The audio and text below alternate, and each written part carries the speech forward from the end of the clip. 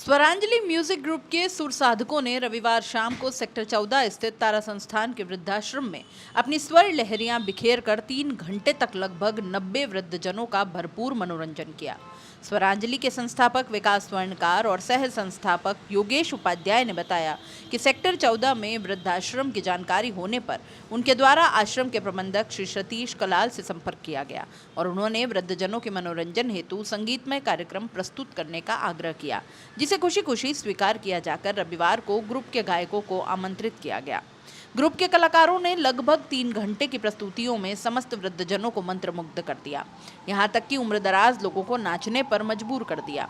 शुरुआती सरस्वती वंदना के पश्चात विकास स्वर्णकार ने गीत गाता चलो साथी, गजेंद्र सोनी ने एक दिन बिक जाएगा माटी के मोल और क्षितिज चुलेट ने जिंदगी एक सफर है सुहाना गीत प्रस्तुत कर न केवल जिंदगी का फलसफा प्रस्तुत किया, अपितु वरिष्ठ जनों के जीवन में एक उत्साह और उमंग का संचार कर दिया।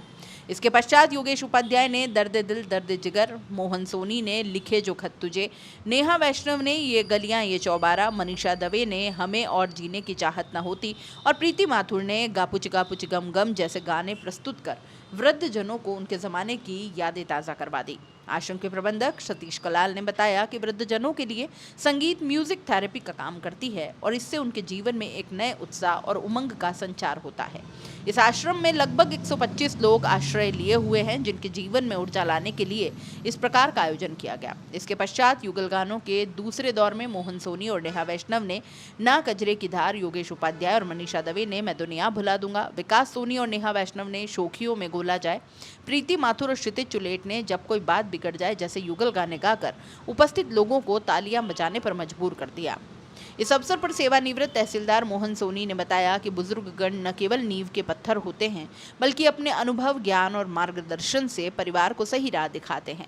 वे परंपराओं और पारिवारिक मूल्यों को आगे बढ़ाते हैं। बुजुर्गों के पास जीवन का व्यापक अनुभव होता है, जिससे कई नई पीढ़ी को सही मार्गदर्शन मिलता है।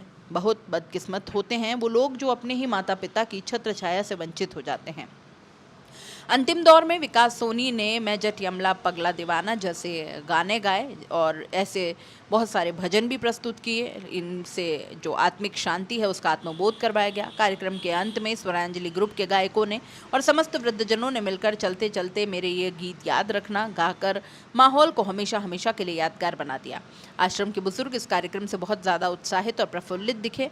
उन्होंने हर महीने इस तरह का आयोजन किए जाने की इच्छा जाहिर की है। इस अवसर पर स्वरांजलि ग्रुप की ओर से समस्त वृद्धजनों के लिए अल्पाहार की व्यवस्था भी की गई।